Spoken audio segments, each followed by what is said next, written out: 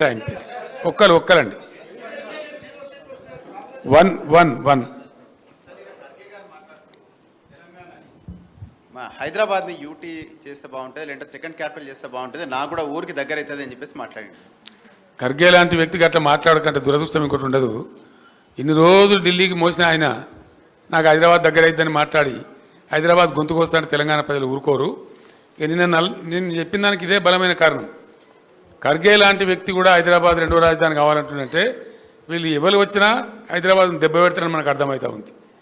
హైదరాబాద్ మనది, మన సొంతం, దాన్ని ఎన్నిటి కూడా అట్లా పోనీయం. కాబట్టి ఈ ఖర్గే మాటలు కూడా నా స్టేట్మెంట్ కూడా బలపరుస్తున్నాయి. కాబట్టి అటువంటి పిచ్చి వాళ్ళకు ఇక్కడ స్థానం ఇవ్వద్దని చెప్పి నేను కోరుతా ఉన్నా. హైదరాబాద్లో పవర్ కట్స్కి బీఆర్ఎస్ ప్రభుత్వం అండర్లైన్ పవర్ వేయకపోవడం, అండర్గ్రౌండ్ పవర్ వేయకపోవడం కారణమని సీఎం రేవంత్ రెడ్డి చెప్తున్నారు. ఎన్ని సిటీలలో ఉన్నాయండి అండర్ గ్రౌండ్ లైన్లు ఇండియాలో? అవసరమైన చోట కొద్ది మేర వేస్తారు. ఇక సీఎం రేవంత్ రెడ్డికి ఆయన నోటికి మొక్కాలి. ఆయన ఏం చెప్తాడో అసలు ఆయనకి ఏమైనా తెలుస్తుందా తెలియదా నాకైతే అర్థమైతే లేదు. సార్, భాష విషయంలో మనము దేని విషయం అండి? భాష మీరు మాట్లాడే భాష నేను మంచిగా మాట్లాడుతున్నా కదా. భాష విషయంలో సంయమనం పాటించాలంటే మనం ఒక పెద్ద మనుషుల ఒప్పందం చేసుకుందామని నిన్న సీఎం ప్రతిపాదన పెట్టింది సార్. ఈ సీఎమా? ఈ సీఎమే సార్. అంటే దయాలు వేదాలు వలించినట్టున్నది. నైట్ దయాలు వేదాలు వలించినట్టుందండి అది. సార్, మీరు గతంలో కూడా మూడో ప్రత్యామ్నాయం కోసం ప్రయత్నం చేశారు ప్రాంతీయ పార్టీల తరఫున. ఇప్పుడు మళ్ళీ కొత్తగా ప్రత్యామ్నాయం అంటే ఎన్డీఏ యూపీఏకు ప్రత్యామ్నాయంగా రావాలంటే ఏ పార్టీలు కలిసి వచ్చే అవకాశం ఉంది కేంద్రంలో? మీరు మంచి క్వశ్చన్ అడిగిన బ్రదర్, చాలా థ్యాంక్స్. ఒక మాట నేను మనవి చేస్తాను. జాతీయ రాజకీయాలలోకి పోదామని చెప్పి నేను బీఆర్ఎస్ పేరు మార్చి ఆ ప్రయత్నం చేసిన. మహారాష్ట్రకి పోయి బాగా చేసినాం. చాలా ఆశ్చర్యం ఏంటంటే నిన్న వాళ్ళు వచ్చి నా దగ్గరికి 2-3 గ్రూపులు వచ్చి బీఆర్ఎస్లో అక్కడ చేరిన వాళ్ళు, సార్ ఇప్పుడు మహారాష్ట్రలో అక్టోబర్లో శాసనసభ ఎన్నికలని మీరు వట్టిగా రాని సార్ నిలబడండి, మేమంతా మీ పేరు చెప్పుకొని గెలుస్తాం, రావాలి, మా దగ్గర మార్పు రావాలి, మీ తెలంగాణలో మీ ప్రభుత్వంలో అమలు చేసిన కార్యక్రమాలు రావాలని మహారాష్ట్ర ప్రజలు బాగా కోరుతున్నారు, మిమ్మల్ని తీసుకురమ్మని అడుగుతున్నారు, మా దగ్గర ఒక భయంకరమైన అనిశ్చితి ఉందని వాళ్ళు వచ్చినారు. నేను తప్పకుండా నా జాతీయ రాజకీయ ప్రస్థానాన్ని కొనసాగిస్తాను, అందులో అనుమానం లేదు. రెండవది, ఈ పార్లమెంట్ ఎన్నికల తర్వాత అందరితోనే ఆలోచించి మీరు అన్నటువంటి ప్రాంతీయ శక్తుల ఐక్యతకు నేను ఎంత చేయగలుగుతానో, నాకెంత సంబంధాలున్నాయో, నాకెంత తెలివితేటలున్నాయో వాటన్నిటిని రంగరించి తప్పకుండా నేను చెప్పిన పరిస్థితి ఉత్పన్నం కావడానికి అన్ని ప్రయత్నాలు చేస్తాను. ఇప్పటికే చాలామందితో మాట్లాడుతూ ఉన్నాం, లైక్ మైండెడ్స్తోని. వారు ఎవరి పని వాళ్ళు చేసుకుంటూ ఉన్నప్పటికీ మేము కనెక్టెడ్గానే ఉన్నాం. తప్పకుండా అందరం కలిసి ఒక ప్రత్యామ్నాయం రూపొందిస్తాం. ఏదో ఒక జాతీయ పార్టీ మాకు సపోర్ట్ చేయక తప్పని పరిస్థితి ఏర్పడే పరిస్థితులు మాత్రం సృష్టిస్తాం. సార్ హలో సార్, మీరేమో బీఆర్ఎస్ ఇక్కడ సార్ ఇక్కడ మీరేమో బీఆర్ఎస్కు 12 నుంచి 14 అంటున్నారు, అసలు బీజేపీకి 1 అవర్ అని అంటున్నారు. కానీ వాళ్ళేమో బీఆర్ఎస్కే 1 లేదా 2 కాంగ్రెస్ మెజారిటీ సీట్లు గెలవబోతున్నాయి, నెక్స్ట్ బీజేపీ ఉంటుందనేది స్వయంగా ముఖ్యమంత్రి నిన్న మీడియా ప్రతినిధులతో అన్నారు. సో రెండో విషయం ఏంటంటే ముఖ్యమంత్రి చెప్పిన ఎన్ని నిజమైనయో ఎన్ని నిజం కాలేదు ఇప్పుడు ప్రజలకు తెలిసిపోయింది. ముఖ్యమంత్రి గారు చెప్పిన విషయాలు నిజాలు ఎన్ని, అబద్ధాలు ఎన్ని, మన అసెంబ్లీ ఎలక్షన్లో ఆయన చెప్పిన ఎన్ని, జరిగినాయని ప్రజల అనుభవంలోకి వచ్చేసింది ఆల్రెడీ. దాని గురించి నేను కొత్తగా వ్యాఖ్యానం చేయాల్సిన అవసరం లేదు. ఈ పార్లమెంట్ ఎన్నికల ఇష్యూ కాబట్టి చెప్తున్నారు, అంటే ఈ సీట్ల విషయంలో మీరు అంటున్నారు కాబట్టి వారు అంటున్నారు. సో రెండో విషయం ఏంటంటే మీ పవర్ పోగానే, పవర్ ఉద్యమ సమయంలో మీకు వ్యతిరేకంగా, తెలంగాణకు వ్యతిరేకంగా, ఉద్యమానికి వ్యతిరేకంగా ఉన్న వాళ్ళంతా మీ దగ్గరకు వచ్చి 3 నెలలు కాకముందే అందరూ మళ్ళీ మీ పార్టీ నుంచి వదిలి వెళ్ళిపోయారు. దాని పట్ల మీరు ఏమనుకుంటున్నారు? నాకు అర్థం కాలేదండి. అధికారం కోల్పోయిన వెంటనే మీ చుట్టూ ఉన్న వాళ్ళ, గతంలో తెలంగాణ ఉద్యమం సాగినంత కాలం తెలంగాణను వ్యతిరేకించి, కేసీఆర్ను వ్యతిరేకించి, తెలంగాణ ఏర్పాటుని వ్యతిరేకించిన వాళ్ళు తెలంగాణ ఏర్పాటు కాగానే మీ చుట్టూ వచ్చి చేరారు. సో మళ్ళీ మీ అధికారం పోగానే మళ్ళీ వెళ్ళిపోయారు. వాళ్ళ గురించి ఏంటి మీ కామెంట్? ఇప్పుడు ఏమైపోయిందంటే భారత రాజకీయాలలో మరి ముఖ్యంగా నరేంద్ర మోడీ ప్రధానమంత్రి అయిన తర్వాత చాలా దుర్మార్గాలు జరుగుతున్నాయండి. ఏమైందంటే సన్ఫ్లవర్ గ్యాంగ్ ఎక్కువ తయారైపోయింది. ఆ సన్ఫ్లవర్ ఏంటంటే పొద్దు తిరుగుతుంది. ఈ పవర్ ఫ్లవర్స్ ఇవన్నీ ఇప్పుడు కాంగ్రెస్లోకి పోయిన వాళ్ళందరూ కాంగ్రెస్ని గెలిపిస్తారా అండి? గెలిపించడానికి పోతున్నారా? ఎందుకు పోతున్నారు? వాళ్ళు వాళ్ళ స్వార్థం కోసం, వాళ్ళ పనుల కోసం, వాళ్ళ పైరవీల కోసం, వాళ్ళ స్వలాభం కోసం పోతున్నారు. మీరు చెప్పిన దాంతో నేను అన్నిటితో ఏకీభవిస్తున్నాను, ఒక పాయింట్ ఏకీభవిస్తలేను. అందరు పోయిన మీరు మా అందరూ పోలేదు. బీఆర్ఎస్ ఒక మహాసముద్రం, 60 లక్షల సభ్యత్వం ఉన్నటువంటి పార్టీ. ఎవరైనా ఎలిమినేట్ చేస్తాం పలానా దాన్ని అనుకుంటే తప్పదే, ఆ గర్వం పనికిరాదు. మేము మొన్నటిదాకా 10 ఏళ్ళ అధికారంలో కాంగ్రెస్ అవుట్ ఆఫ్ పవర్ ఉంది. కాంగ్రెస్ ఎలిమినేట్ అయిందా? డెసిమేట్ అయిందా? కాదు కదా. చంద్రబాబు నాయుడు గారు కూడా ఒక టైంలో 2004 to 2014 ఆయన పవర్లో లేరు, అంతమాత్రం టీడీపీ డెసిమేట్ అయిందా? అది భ్రమ. ఒక సంస్థను, ఒక శాశ్వతంగా ఉండే సంస్థను, ఒక బలోపేతంగా విస్తరించినటువంటి సంస్థను డెసిమేట్ చేస్తాం, ఎలిమినేట్ చేస్తామంటే అది అహంకారం తప్ప మరొకటి కాదు. అది ఇంపాసిబుల్. అందులో బీఆర్ఎస్ను డెసిమేట్ చేయడం అనేది ఒక లక్ష రేవంత్ రెడ్డిలు కోటి ఇంకో వచ్చినా ఏం ఏంటిగా మనం కూడా ఫరक పడదండి. सर असेंबली में असेंबली में आपको असेंबली में एमआईएम आपको सपोर्ट कर रही थी, लेकिन पार्लियामेंट इलेक्शन में बिल्कुल वो दूर हो गए. आप क्या समझते हैं कि आप कैसा बोल रहे दूर हो गए बोल के? तो मैं आपको क्या आप कैसा बोल रहे दूर हो गए बोल आपके के? किसी प्रोग्राम में कहीं भी आपका जिक्र नहीं करे, वो किसी भी प्रोग्राम में कहीं जिक्र नहीं करे. जैसा असेंबली में नहीं, उससे दूर हो गए बोल के समझेंगे क्या? गाँव जाके आपके सपोर्ट के बारे में बात कर रहे थे कि नहीं सुनिए भाई, एमआईएम हमसे दूर हो गए बोल के कौन बोल रहे हैं? जैसा असेंबली में आपका अपना आइडिया है क्या है? नहीं सर, जैसा गांव जाके आप वोट देने की अपील कर रहे थे, इस बार नहीं करेंगे. क्यों नहीं करेंगे సార్? రోడ్ షోలకు మంచి స్పందన వచ్చింది జనం నుంచి. మీరు వెళ్తూ ఉంటే మేము చూసాం టీవీలలో. సో ఏం సార్, ప్రజలు అంటే ఎట్లా రిసీవ్ చేసుకున్నారు మిమ్మల్ని, ఏమనిపించింది? KCR is the history of Telangana కదా. కేసీఆర్ ఇస్ డెఫినెట్లీ వైపౌట్ చేయలేని, తుడిచివేయలేని ఎమోషన్ కదా తెలంగాణకు. కేసీఆర్ తెలంగాణకు ఉన్న బంధం అది కదా. ఎక్కడెప్పుడు దిక్కు దివాణం లేనప్పుడు నా పదవులు, నా రాజకీయ భవిష్యత్ అంతా నేను పనంగా పెట్టి తెలంగాణ కోసం ఎంత కష్టపడనో తెలంగాణ ప్రజలకు తెలుసు. నా గుండెల్లో తెలంగాణ ఉంటుంది, తెలంగాణ ప్రజల గుండెల్లో కేసీఆర్ ఉంటాడు. గెలిపోవటం పక్కకు పెడితే KCR is definitely emotion of Telangana. 100% ఆ బాండేజ్ కేసీఆర్కి ఉంటుంది. కేసీఆర్ని అడిగిన గిలి పడేస్తాం, తుడిచి పడేస్తాం అని ఎవడని అనుకుంటే వాడు పిచ్చోడేతాడు తప్ప కేసీఆర్ కానీ తెలంగాణ ప్రజలు కానీ కారు. Thank you. సార్ మీరు పోయిన జిహెచ్ఎంసీ ఎలక్షన్స్ తర్వాత ప్రధానమంత్రి మోడీ దగ్గరికి వెళ్ళారు, పొత్తు పెట్టుకుంటామని అడిగారు, ఆయన రిజెక్ట్ చేశారని మోడీ స్వయంగా చెప్తా ఉన్నారు. మోడీ నేను చెప్పిన కదా గోబెల్స్ అని. ఆయనకి ఏది అవకాశం ఉంటే, ఏడ వంపుంటే, ఎట్లా అనుకూలం ఉంటే అట్లా మాట్లాడతాడు మోడీ. ఆ టంగ్ ట్విస్టింగ్ నరేంద్ర మోడీకి వచ్చినంత మరొకరికి రాదు.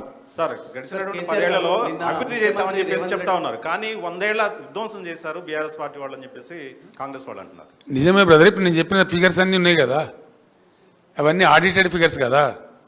Comptroller and auditor general of India ఇచ్చిన ఫిగర్స్ కదా. అది విధ్వంసం అంటారా? వాళ్ళ దృష్టిలో అది విధ్వంసం అయితే వాళ్ళంత మురుకులు మరొకరు లేరుగా. సార్, వచ్చే 15 ఆగస్టులో రుణమాఫీ చేస్తాం, 2 లక్షల రూపాయలు రుణమాఫీ చేస్తాం, ఇందుకోసం కార్పొరేషన్ ఏర్పాటు చేస్తాం, అందులో నుంచి నిధులు సమకూరుస్తామని చెప్పేసి అంటున్నారు ప్రభుత్వం. ఇది సాధ్యమవుతుందా సార్? మీరు రైతు బంధు స్టార్ట్ చేసిన ప్రభుత్వం కదా. బ్రదర్, నేను ఒకటే మాట చెప్తున్నా, నేను కూడా రైతు రుణమాఫీ ప్రకటించిన. ఒకే విడతగా చేద్దామని చెప్పి నేను చేయని ప్రయత్నం ఎక్కని కొండలేదు, మొక్కని బండలేదు. దట్ ఈస్ ఇంపాసిబుల్, జరిగే పని కాదు. అందుకే అరచేతిలో వైకుంఠం చూపించి మిమ్మల్ని మోసగించారని ప్రజలకు చెప్పిన, ప్రజలు కూడా అదే నమ్ముతున్నారు. అది అయ్యే పని కాదు. ఎందుకంటే ఇప్పుడు ఈయన రైతు భరోసా వేయాలి, నెక్స్ట్ ఏయన్నా 4 విడతల డిఏ ఇప్పుడు విడుదల చేయాలి, 51% ఫిట్మెంట్ ఉద్యోగస్తులు అడుగుతున్నారు, అవి ఇవ్వాలి, మళ్ళీ 40,000 కోట్ల రుణమాఫీ ఇవ్వాలి. ఎక్కడికి వెళ్ళి చేస్తారండి? ఎవరిని మోసపుస్తాడు ఈయన? అంత పట్టిదే ఫాల్సు, అది జరిగే పని కాదు. ఆ కార్పొరేషన్ బట్టిదే, అంత బట్టిదే, ఏది కూడా జరిగే పని కాదు. గవర్నమెంట్లో ఎవ్రీడే మనీ జనరేట్ అవుతుంది, ఎవ్రీడే మనీ బయటికి పోతుంది. అట్లా విడుదల వారికి జరుగుతుంది తప్ప రూపాయి రాక రూపాయి పోక అని ఉంటుంది తప్ప గవర్నమెంట్ దగ్గర అట్లా సూట్ కేసులలో డబ్బులు ఉండయండి. ఈయన చెప్పేదంతా భ్రమ. ఆయన భ్రమలో ఉండి ప్రజలను కూడా భ్రమింపజేసేటువంటి ఒక ప్రయత్నం చేస్తూ ఉన్నాడు. ఆయన సఫలీకృతం కాడు. కేసీఆర్ గారు నిన్న ముఖ్యమంత్రి రేవంత్ రెడ్డి గారు మాట్లాడుతూ ఒక మాట అన్నారు సార్.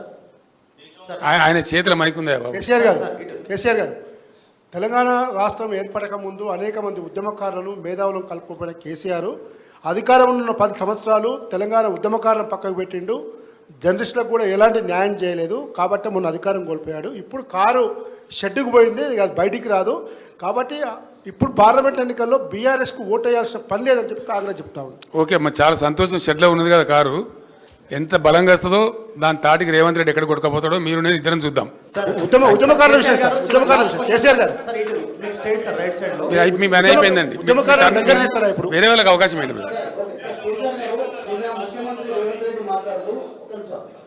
ముఖ్యమంత్రి రేవంత్ రెడ్డి గారు మాట్లాడుతూ మాకు అసలు ఇక్కడ ఎవరికి ప్రధాన ప్రత్యర్థి అనేటువంటి అడిగినటువంటి మీడియా ప్రతినిధుల క్వశ్చన్స్ కి మాకు కేసీఆర్ ఇక్కడ లోకల్ ప్లేయర్ అయినా, ఆయనకు లోకల్ రాజకీయాలు అనేది తెలుసు, ఆయన మాకు గేమ్ ఎక్కాడో ఆయనకు తెలుసు, ఆయనే మా ప్రధాన ప్రత్యర్థి అనేటువంటి దీన్ని ఒక మాట్లాడారు.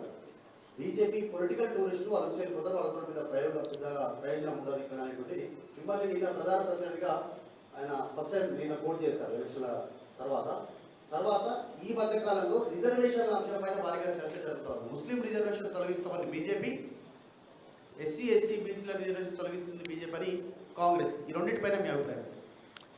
ముఖ్యమంత్రి జ్ఞానోదయం అయితే సంతోషము. మొదటి ప్రశ్నకు సమాధానం. బహుశా ఆయనకి ఇప్పుడిప్పుడే జ్ఞానోదయం అవుతున్నట్టు మంచి మాట. ఇంకింత జ్ఞానం తీసుకుంటే మరీ మంచిది. ఈ రెండవ ప్రశ్న ఏంటంటే, నేను ఇంతకుముందే చెప్పిన బీజేపీ మత చిత్తు రగిల్చడం ద్వారా, మత విద్వేషాలు రెచ్చగొట్టడం ద్వారా రాజకీయ ఓటు సంపాదించుకుంటుంది. దేవుని పేరు చెప్పుకుంటూ దేవుని పేరు మీద ఓట్లు దొబ్బే పార్టీ బీజేపీ. వాళ్ళు సృష్టించే ఈ గోల. నేను ఒక్కటే మాట చెప్తా ఉన్నా, వాళ్ళు ముస్లింలా, హిందువులా, మరొకలా అని కాకుండా ఏ ప్రజలైతే ఇప్పటికి కూడా అసమానతకు గురవుతూ ఉన్నారో, ఏ ప్రజలైతే వాళ్ళకి రావాల్సినటువంటి వాటా పొందలేకపోయినరో, వాళ్ళు ఎస్సీలు కావచ్చు, ఎస్టీలు కావచ్చు, బీసీలు కావచ్చు, ఎంబీసీలు కావచ్చు, ముస్లిం సోదరులు కావచ్చు, ఎవరైనా కావచ్చు, వాళ్లకు న్యాయం జరగాల్సిన అవసరం ఉంది.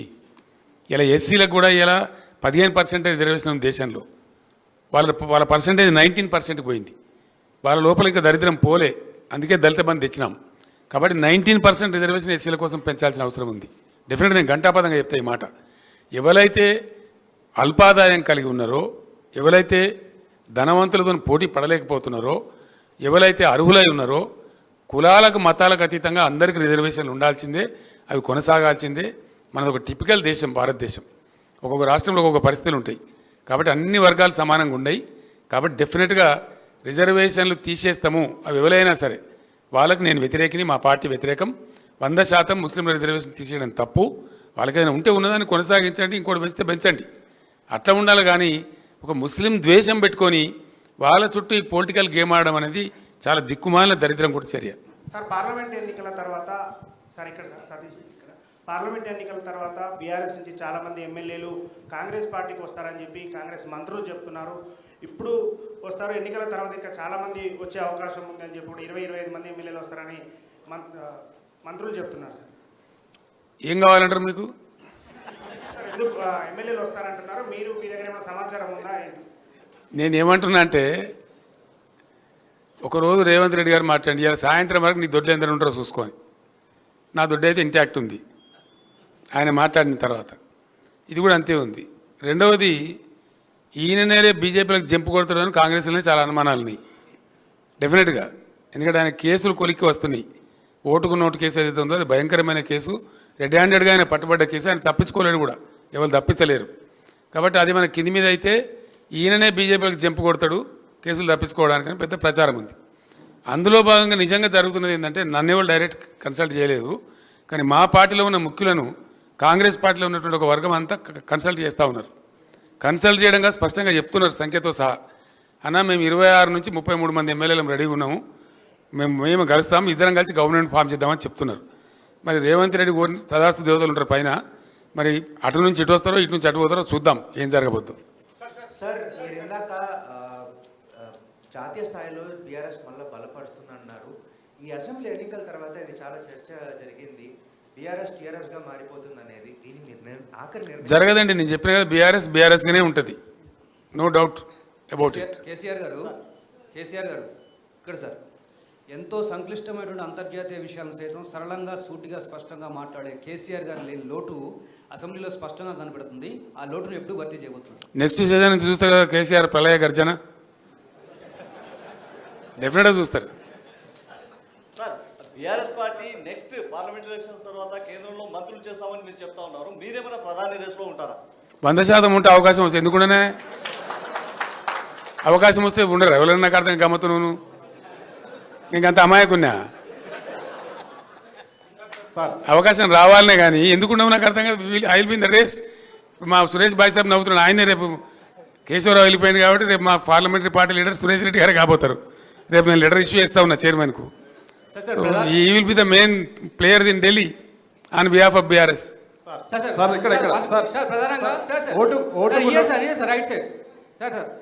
మళ్ళీ వాడేమైనా నా మీద నిశ్చయం పెట్టగలడా? టైం ఎంత అయింది?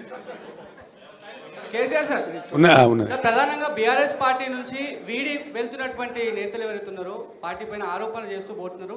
పార్టీలో చాలా మంది షిండేలు ఉన్నారనే మాటను మాట్లాడినారు. ఒక క్వశ్చన్. నెక్స్ట్ ఇంకో క్వశ్చన్ సార్, అసెంబ్లీ ఫలితాలు చూసుకుంటే ఇందాక మీరు కొన్ని ప్రిడిక్షన్స్ చెప్పారు, బీజేపీకి ఎన్ని వస్తాయి, కాంగ్రెస్కి ఎన్ని వస్తాయని చెప్పి. పెద్దపల్లి పార్లమెంట్కి సంబంధించి ఆల్రెడీ అసెంబ్లీలో అన్ని స్వీప్ చేసేసింది. థర్డ్ ప్లేస్లో ఏ రకంగా ఉంటుందని చెప్పి ప్రిడిక్షన్ చెప్తున్నారు. ఖచ్చితంగా చెప్పచ్చు బ్రదర్, చాలా సింపుల్ అది. ఎందుకంటే పోయినసారి ఎన్నికల్లో మేము 7 అసెంబ్లీకి ఇచ్చిన సీట్లు 2 కోల్పోయినాం. మేము పోయిన పార్లమెంట్ ఎన్నికల్లో 18లో మేము గెలిచిన తర్వాత 7 అసెంబ్లీ సీట్లు నిజామాబాద్ సెగ్మెంట్ మేము గెలిచినాం, కానీ మేము ఓడిపోయినాం. అట్లా 6 సీట్లు గెలిచిన దానికి కూడా ఓడిపోయినాం. తారుమారు అయిపోతే అట్లా ఉండదు. ప్రజలు అభిప్రాయం అనేది మారుతుంది డెఫినెట్గా. ఈరోజు నేను ఇందాక చెప్పిన కారణాలన్నీ ఒక ఎత్తు. రెండవది, మాదిగ సామాజిక వర్గానికి మాకు టికెట్ ఇవ్వలేదని చెప్పి వాళ్ళు చాలా ఆగ్రహంగా ఉన్నారు, చాలా ఆగ్రహంగా. పెద్దపల్లిలో వాళ్ళే ఇలా పంతం బట్టి ఓడించి చూపెడతామని చెప్పి పట్టుదలగా ఉన్నారు. ఆ ఫలితం ఆ పార్టీ అనుభవించక తప్పదు. Sir sir sir sir sir నేను ఒకటే మాట చెప్తా ఉన్నా, ఈ ప్రభుత్వానికి ఏం పని లేదు, పలిలేని మంగళి పిలితల కొరిగిండి అన్నట్టుగా అసలు చేయాల్సిన పని వదిలిపెట్టి అన్ని పనికి మాలిన పనులు ముందరేసుకుంటున్నారు. ఇండియా బాబు, ఒక్కొక్క జిల్లా చేస్తున్నప్పుడు నేను బట్టిగా చేయలేదండి. దాని మంచి చెడ్డలు, దాని పూర్వపరాలు, దాని గ్రోతు ఆశించి ఛత్తీస్గఢ్లో అక్కడ చీఫ్ సెక్రటరీ గారితో మాట్లాడేది కూడా వాళ్ళు ఒక బస్తర్ జిల్లాను అనేక జిల్లాలు చేశారు. ఎట్లా చేయాలని అడిగినప్పుడు భూపాలపల్లి జిల్లా ఏర్పాటు చేసిన, ములుగు ఏర్పాటు చేసిన, ఇంకా కొన్ని జిల్లాలు ఏర్పాటు చేసిన, వాటి భౌగోళిక పరిస్థితులను బట్టి అవి గ్రోత్ కారిడార్గా మారాలని చెప్పి అక్కడ లైట్ రావాలి, అడ్మినిస్ట్రేషన్ పోవాలి, అక్కడ కలెక్టర్ ఉండాలి, ఎస్పీ ఉండాలి, ఉంటేనే బాగా జరుగుద్దని గతంలో కలోలిత ప్రాంతాలుగా ప్రకటించిన సిరిసిల్ల జగిత్యాల కావచ్చు, భూపాలపల్లి ములుగు కావచ్చు, స్టేట్ బార్డర్లో ఉండేటువంటి గద్వాల జిల్లా లాంటివి కావచ్చు, చాలా ఆలోచనతో తెలంగాణ యొక్క ప్రగతిని ఆశించి చేసిన జిల్లాలు అవి. ప్రజలు చాలా హ్యాపీగా ఉన్నారు. ఇలా కొత్తగా ఏర్పడ్డ జిల్లాల ప్రజలు కూడా చాలా కోపంగా ఉన్నారు ప్రభుత్వం మీద. నేను పోయిన ప్రతికాడు అడిగినా, మీ జిల్లా తీసేస్తారంటే యుద్ధానికి సిద్ధం సార్, ఎట్లా పోతావు చూస్తామని చెప్పి మాట్లాడుతున్నారు. పార్లమెంట్ ఎన్నికల్లో ఈ కొత్త ఏవైతే జిల్లాలు తీసేస్తామని కాంగ్రెస్ చెప్పిందో ఆ దెబ్బ కూడా ఇప్పుడు కాంగ్రెస్ పడబోతా ఉంది. Sir sir sir sir sir Narender sir ఇక్కడ సార్ ఉద్యమ సమయంలో సార్ ఇక్కడ సార్ సార్ నేను సార్ ఇది ఫోన్ ట్యాపింగ్ కేసులో రాధాకిషన్ రావు మీ ఆదేశాలనే మేము పాటించినాము, మా సొంత నిర్ణయాలు ఏం తీసుకోలేదని సిఆర్పిసి 141 సెక్షన్ స్టేట్మెంట్ ఇచ్చారు సార్. వాడోడా Radhakishan Rao? Who is he? DCP sir, DCP. నాకు తెలియదు, నీకు అంత తెలుసా? నీకు ఆయన రాష్ట్రంలో 100 మంది డీసీపీలు ఉంటారు, వాడు కూడా ఒక్కరి పేరు పట్టుకుని ఉన్నాను అడిగింది, నాకు అర్థం కాదు. తలా తోకలేని ప్రశ్న అది. అసలు ఆ ఫోన్ ట్యాపింగ్ ఏదో మీకు పిచ్చి పట్టుకున్నది. కానీ ముఖ్యమంత్రికి ఫోన్ ట్యాపింగ్ ఏమైనా సంబంధం ఉంటుందా? రాహుల్, నువ్వు ఇంత పెద్ద సీనియర్ లీడరు. ముఖ్యమంత్రి gets reports from the intelligence department. వాడు ఎట్లా తీసుకొచ్చిన రిపోర్ట్ మాకెట్లా తెలుస్తుంది? నాకు అర్థం కాదు. వాడు ట్యాపింగ్ చేసిండా, టూపింగ్ చేసిండా, డబ్బులు ఇచ్చిండా, ఇంకేదైనా రహస్య వ్యవస్థ పెట్టుకున్నా మాకు ఎందుకు తెలుస్తుంది? నాకు అదో ఇష్యూ అవా ఇంత సిల్లీ. ఆ గవర్నమెంట్ ఎంత సిల్లీ ఉన్నదో మీరు కూడా అట్టే తయారైపోయిన పూర్తిగా. What is that non sense? నాకు అర్థం కదా. ఫోన్ ట్యాపింగ్ అది పెద్ద ఫినాయిల్ పెట్టి నోలు కట్టుకునే పరిస్థితి తెస్తూ ఉన్నారు. ఎవడో కొందరు బాగాగాలు పని లేక ఫోన్ ట్యాపింగ్ తోకట ఏం ట్యాపింగ్ అయినా నాకు అర్థం కాదు. ఇలా ఈ ముఖ్యమంత్రి తరఫున ఇంటెలిజెన్స్ ట్యాపింగ్ చేస్తలేదా అండి? Do you say that? ప్రతి ప్రభుత్వానికి ప్రపంచంలో గూఢచార వ్యవస్థ లేని ప్రపంచమే ఉండదు, ప్రభుత్వమే ఉండదు. వాళ్ళు సమాచార సేకరణ చేసి ప్రభుత్వానికి ఇస్తారు. సాయంత్రానికో పొద్దున్న early morning, every morning intelligence comes and brief the chief minister about the law and order situation. చాలా ఉంటాయి. మన దగ్గర హైదరాబాద్లో పేలుళ్ళు జరిగినాయి, అట్లాంటిది ఏదైనా ఉంటుంది, ఇంకేదైనా ప్రమాదాలు ఉంటాయి, కొన్నిసార్లు కొన్ని విచిత్రమైన దొంగల ముఠాలు వస్తాయి. అట్లాంటివన్నీ కూడా సమాచారం సేకరించి ఇస్తూ ఉంటారు. ఏం చేయాలో చెప్తారు. దాన్ని బట్టి గవర్నమెంట్ ఏంటంటే వివిధ శాఖల అధికారులకు అప్రమత్తం చెప్పి కల్తీ విత్తనాలు ఉంటుంది, దాని మీద కూడా ఇస్తారు. వాళ్ళు ట్యాపింగ్ చేస్తాడా, టూపింగ్ చేస్తాడా మాకేం తెలుస్తుందా? నాకు అర్థం కాదు. No minister is concerned with that, no chief. అసలు కన్సర్న్ ఉండదు. We are only concerned with the reports given by the intelligence. The way the brought the report we don't know. That is purely internal matter of the police department. And ఇంకోటి అండి, అదేదో మీరు పెద్ద భ్రమలో ఉన్నారు. పోలీసులు ఎప్పుడు ఫోన్ ట్యాపింగ్ చేసినా బాజాప్తాగా టెలిగ్రాఫ్ యాక్ట్ ప్రకారం 1869 టెలిగ్రాఫ్ యాక్ట్ ప్రకారం బాజాప్తా రాష్ట్ర హోమ్ సెక్రటరీ పర్మిషన్ తీసుకొని చేస్తారు. పర్మిషన్ లేకుండా చెయ్యరు. ఇది ఇంగితమైన ప్రతి ఒక్కరికి తెలుసు. తర్వాత తీసుకున్న దాన్ని డిమాలిజ్ చేయొచ్చు అని కూడా ఉంది ఆ చట్టంలో. ఒక నిర్ణీత వ్యవధి తర్వాత వాళ్ళు సేకరించిన సమాచారాన్ని డిమాలిజ్ చేయొచ్చు అని కూడా అదే యాక్ట్లో ఉంది. ఇది తెలియకుండా అదేదో పెద్ద భయంకరమైన వ్యవహారం అన్నట్టు, దాని ఏదో తోకమట్టం ఏదో కొండందో వెలకబట్టుకున్నాం అన్నట్టు ఏమి బట్టి ట్రాష్ గ్యాస్ దాంతో ఏం అయ్యేది మీరు ఆ భ్రమలో ఉండకండి. సార్ తెలంగాణ ఉద్యమ సమయంలో 2001 నుంచి 2014 దాకా కేసీఆర్ కుటుంబ సభ్యులకు పారాగాన్ చెప్పులు వేసుకోనేటువంటి వ్యక్తులు అదే సమయంలో డీజిల్ పోసుకుందామన్నా కూడా కారుకు అట్లాంటి పరిస్థితులు ఉన్నటువంటి వారు ఈరోజు లక్షల కోట్లు సంపాదించారు, అలా డబ్బునంతా స్వాధీనం చేసుకుంటామని పదే పదే రేవంత్ రెడ్డి చెప్తున్నారు. చాలా సంతోషం, చేసుకోమని వెంటనే అర్జెంటుగా చేసుకోమని చెప్పాలా. పారాగాన్ చెప్పులు లేకుండా నేనుంటున్నా రేవంత్ రెడ్డి ఉండినా ప్రజలకు తెలుసు కదా. పారాగాన్ చెప్పులు లేకుండా ఎవరు అనేది అందరికీ తెలుసు కదా దేశంలో. ఎవరు భూ కబ్జాదారు, ఎవరు బ్లాక్ మెయిలరు, ఎవరు ఓటుకు నేట్ కేసులో పట్టుబడ్డరు, ఎవరు దొంగ దందాలు చేసిండ్రు, ఎవరు భూమాఫియా అందరికీ తెలుసు రాష్ట్రంలో. మాకు పారాగాన్ చెప్పులు లేని ఫ్యామిలీ అండి మాది. Sir Srinivas sir, city vision live. గతంలో రైతులకు ఉచిత ఎరువులని ఒక హామీ ఇచ్చారు మీరు, చాలా సంతోషపడ్డారు, ఆశపడ్డారు రైతులు. అయితే ఆ నినాదం మళ్ళీ ఈ మధ్య తెర మీద తేవట్లేదు. కాదు బ్రదర్, కాదు బ్రదర్, బేసికల్లీ అది కరెక్ట్ కాదు. ఎందుకంటే మేము ఏం చేసినామంటే రైతుకు సహకారం అందించాలా, పెట్టుబడి సాయం చేయాలని మేము ప్రయత్నం చేసినాం. ఆ టైంలో ఏం జరిగిందంటే యూరియా బస్తాలు ఇద్దామని కొంతమంది చెప్పారు. ఒక సలహా, ఇట్ వాజ్ అండర్ డిస్కషన్, నేను ఎప్పుడు చెప్పలే, ఇట్ వాజ్ అండర్ డిస్కషన్. తర్వాత అశోక్ గులాటి గారు అని చెప్పి చాలా ప్రామినెంట్ ఆగ్రో ఎకానమిస్ట్ ఈ దేశంలో, ఇంటర్నేషనల్ ఫేమస్ కూడా ఆయన, ఢిల్లీలో ఉంటే నాకు మంచి ఫ్రెండు. ఆయన నేను అడిగిన, మేము చేద్దాం అనుకుంటున్నాం, వితౌట్ ఆ గవర్నమెంట్ సపోర్ట్ ఇలా వ్యవసాయం నడిచే పరిస్థితి లేదు. అనేక దేశాలలో గవర్నమెంట్ సపోర్ట్ చేస్తూ ఉంది, మన దేశంలో ఉల్టా ఉంది, మా రాష్ట్రంలో మేము చేయాలనుకుంటున్నాం కొత్త రాష్ట్రం అని చెప్పి ఆయన సలహా అడిగింది.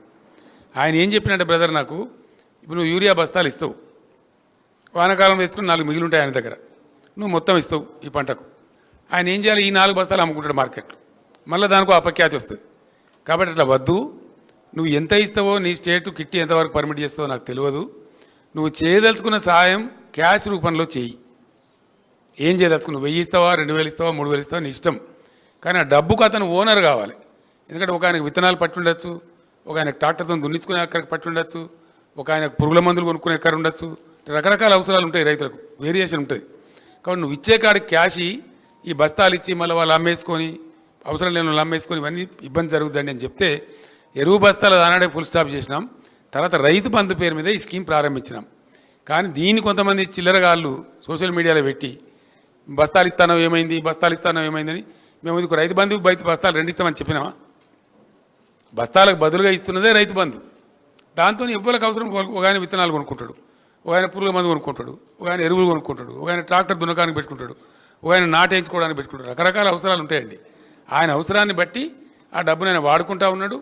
దాని ఫలితమే మనం 3 కోట్ల పైచీలు టన్నుల ధాన్యం పండించినాం, పంజాబ్ను తలదనినాం. మీరు అడిగింది మంచి క్వశ్చన్, అది నాకు కూడా ఇక్కడ చెప్పానని ఉండే, మీ క్వశ్చన్ ద్వారా ఇప్పుడు క్లియర్ అయిపోయింది. I'm thankful to you. Sir ఇక్కడ సార్ మీరు ఇండస్ట్రీస్ తమిళనాడుకి వెళ్ళిపోతున్నాయి అని చెప్తున్నారు. అయితే ముఖ్యమంత్రి చెప్తారు 13 ఇండస్ట్రీస్ గుజరాత్కి తీసుకెళ్ళడానికి మోదీ ట్రై చేస్తున్నారు, ఇన్క్లూడింగ్ టెస్లా. దాని మీద మీరు ఎలా రియాక్ట్ అవుతారు సార్? ఇటువంటి చాతగాని ముఖ్యమంత్రి గుజరాత్కి పోతాయి, తమిళనాడుకి పోతాయి, కేరళకు పోతాయి, ఆంధ్రా పోతాయి, ఇంకేంది? ఎక్కడికి పోమ్మా? మీరే చెప్తున్నారు, మీ క్వశ్చన్లే ఆన్సర్ ఉన్నది. ఈయన ఏం చేస్తున్నాడు మరి? టెస్లా బిస్లా అంతా మోడీ అనుకొని పోతా ఉంటే ఈయన ఏం చేస్తున్నాడు? మోడీ అడ్డం పడ్డా మేము తెచ్చినామమ్మా కొన్నిటిని, లైక్ ఫేస్బుక్. ఆయన ఇంటర్నేషనల్ లాబీస్లను పెట్టి చాలా ప్రయత్నం చేసిండు అహ్మదాబాద్ తీసుకుపోదామని. మేము అంతకన్నా పై ఎత్తుగడ వేసి దాన్ని ఇక్కడ తెచ్చినాం. మోడీని తట్టుకొని మేము ఒక 4-5 పరిశ్రమలు పెద్ద పెద్ద తెచ్చినాం ఇక్కడికి. సార్ ఇక్కడ సార్ మీరు మొన్న మెదక్లో మాట్లాడుతూ టైం కాగాలి సుమా, మళ్ళీ ఈసీ నిషేధం, మళ్ళీ అదో కథ. చెప్పండి సార్ ఇక్కడ సార్ మీరు మొన్న మెదక్ మాట్లాడుతూ అసెంబ్లీలో చెల్లని రూపాయి పార్లమెంట్లో ఎట్లా చెల్లుతుంది అన్నారు. సో మన పార్టీ నుంచి కూడా కొప్పులీశ్వర్, ఆర్ఎస్ ప్రవీణ్ కుమార్, బాజిరెడ్డి ఇట్లాంటి వాళ్ళందరూ అసెంబ్లీ ఎన్నికల్లో ఓడిపోయారు. వాళ్ళు ఇప్పుడు ఎట్లా చెల్లుతారు? కరెక్ట్ క్వశ్చన్, మంచిగా అడిగిన మీరు. అది నేను మెదక్కు సంబంధించి అడిగిన. మీరు అడిగిన కానీ ఆర్ఎస్ ప్రవీణ్ మా పార్టీ నుంచి ఓడిపోలేదు, కొప్పులీశ్వర్ మాత్రం మా పార్టీ నుంచి ఓడిపోయిండు. చెల్లి అంది ప్రజలు చెప్తారు, నేను చెప్పాల్సింది నేను ప్రజలకు చెప్పిన. సార్ రైతు బంధు విషయంలో కేటీఆర్ గారు ఈ మధ్యలో చెప్పారు, ఎక్కువ ఎకరాలు ఉన్న వాళ్ళకి ఇవ్వాలా లేదా అనేది కొంచెం సమీక్ష జరుగుతోంది అన్నటువంటి విషయం మీద కేటీఆర్ గారు ఆ మధ్యలో చెప్పారు. ఇప్పుడు వాళ్ళు కూడా 5 ఎకరాల లోపే ఇవ్వాలన్నటువంటి ఒక సూత్రప్రాయ నిర్ణయానికి వచ్చినట్టుగా తెలుస్తోంది. మీ అభిప్రాయం, మళ్ళీ ప్రభుత్వం అధికారంలోకి ఇప్పుడు 6వ ఎకరం కూడా ఏమని చేసిండే? 6 ఎకరాల నుండి కోటీశ్వరుడా, 7 ఎకరాల నుండి కోటీశ్వరుడా? ఓ 15-20 ఎకరాలు దాటిన వాళ్ళకు లిమిట్ పెడితే అదొక అర్థం పర్థం ఉంటుంది. కానీ మరీ 5 ఎకరాలు మేము బ్రదర్ ఇది ఒకటే చెప్తున్నాను నేను, ఇక్కడ ఎకరాలు లిమిటు సీలింగు అనే దానికంటే నేనుగా I/1 దాని సృష్టికర్త నేనే, రైతు బంధు సృష్టికర్తను తెచ్చి ఇచ్చింది నేనే. ఆ రోజు తెలంగాణ ఏర్పడ్డ సమయంలో తెలంగాణ రైతాంగం చెట్టుకోడు గుట్టకోడు అయిపోయి గందరగోళం అయిపోయి డ్రై అయిపోయి చాలా బాధాకరంగా ఉండేది. ఒక కనీసం 10-15 ఏళ్ల పాటు రైతులను బ్రహ్మాండంగా సపోర్ట్ చేసి వాళ్ళకి ఫ్రీ పవర్ ఇచ్చి వాళ్ళకి లిఫ్ట్ చేసి వాటర్ తెచ్చిస్తే వాళ్ళు నిలదొక్కుంటారు. తెలంగాణ వ్యవసాయ రంగంలో లాభం జరుగుతుందని నేను పెట్టినా. And that agriculture sector of Telangana has contributed to the GSDP of Telangana by 18.36%. Telangana GSDPకి 18.36% కూర్చినటువంటి శాఖ వ్యవసాయ శాఖ, రైతాంగం.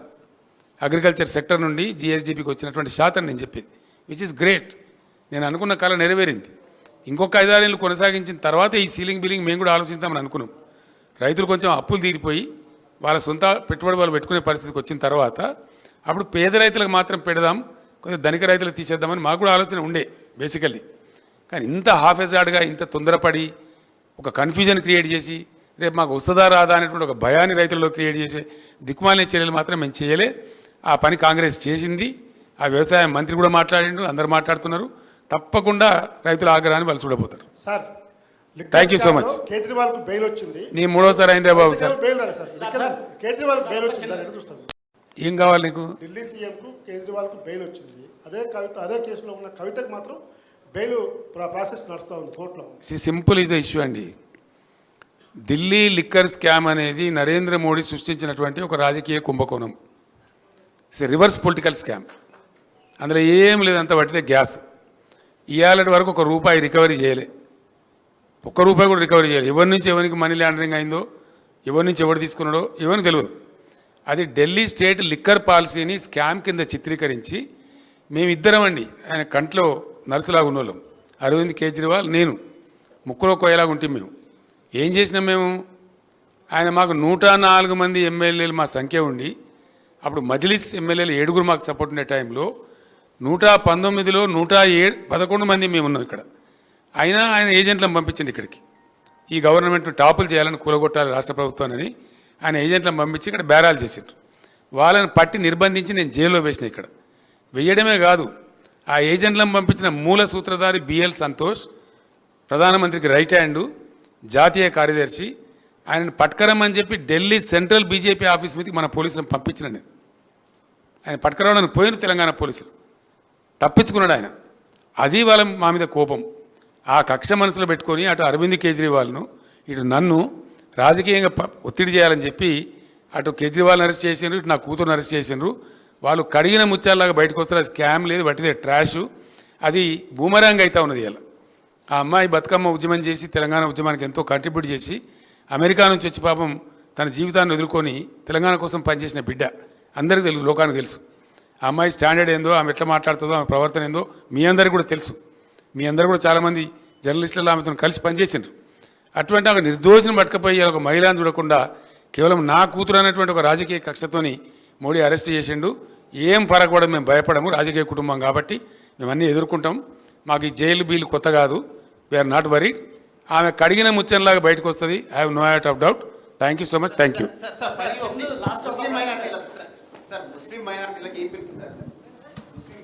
మైనార్టీ సోదరులకు నాది ఒకటే విజ్ఞప్తి. ఈ రాష్ట్రంలో మీరు భ్రమలో పడి కాంగ్రెస్ పార్టీకి ఓటేస్తే వాళ్ళు థర్డ్ ప్లేస్లో ఉన్నారు. అనవసరంగా బీజేపీ గెలిచే అవకాశం ఉంటుంది. మీకు బీఆర్ఎస్ సెక్యులర్ పార్టీ, బ్రహ్మాండమైన నీతి నిజాయితీ ఉన్న పార్టీ, మంచి పార్టీ, మిమ్మల్ని ఆదుకున్న పార్టీ, మైనార్టీ గురుకులాలు పెట్టిన పార్టీ, మీ బడ్జెట్ 12,000 కోట్లు పెట్టి ఖర్చు పెట్టిన పార్టీ. కాబట్టి బీఆర్ఎస్ని ఆదరించండి. బీఆర్ఎస్ సెక్యులర్ పార్టీగా ఉంటుంది.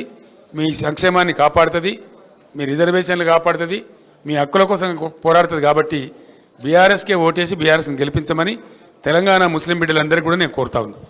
మైనార్టీ సిఓఈ బ్రాంచెస్ అనేవి ఏర్పాటు చేశారు సార్. మైనార్టీ స్కూల్ మైనార్టీ విద్యార్థులకు ఉన్నత విద్య కల్పించాలనేసి సిఓఈ బ్రాంచెస్ అంటే central of excellence and branches ఏర్పాటు చేశారు. అయితే దాంట్లో ఫ్యాకల్టీ లేదు, విద్యార్థులు లేరు అనే సాకుతో ఇప్పుడు బ్రాంచెస్ మొత్తం ఎత్తేస్తున్నారు సార్. బ్రదర్ నేనేమంటున్నా అంటే మైనార్టీ విద్యార్థుల యొక్క మంచిని కోరి బీఆర్ఎస్ ప్రభుత్వం పెట్టిన స్కూళ్ళు కానీ మంచి కానీ ఎవరు చేయలే. బీఆర్ఎస్ ఇచ్చిన స్కాలర్షిప్స్ కూడా ఎవరు ఇవ్వలే. ఐఏఎస్ కోచింగ్ కానీ విదేశీ స్కాలర్షిప్ కానీ చాలా ఇచ్చినాం. టెమరిస్ పెట్టి ఒక రికార్డు నెలకొల్పినాం. ఇండియాలో ఎక్కడ లేవు, మేము పెట్టినాం. ఇవాళ ఈ కాంగ్రెస్ ప్రభుత్వం అందరినీ ముంచుతున్నట్టుగానే తీయగా మాట్లాడుతుంది తప్ప ఏం మంచి పని చేయదు. వాళ్ళు ఎత్తేస్తారు గ్యారంటీగా. వాళ్ళకి అసలు ఇంట్రెస్ట్ లేదు మైనార్టీ అభివృద్ధి మీద. కాబట్టి బీఆర్ఎస్ఏ మీకు శ్రీరామ రక్ష. బీఆర్ఎస్ పార్టీని బలపరచండి. టెమరిస్ మేము యాజ్ టీజ్గా కొనసాగిస్తాం. Thank you.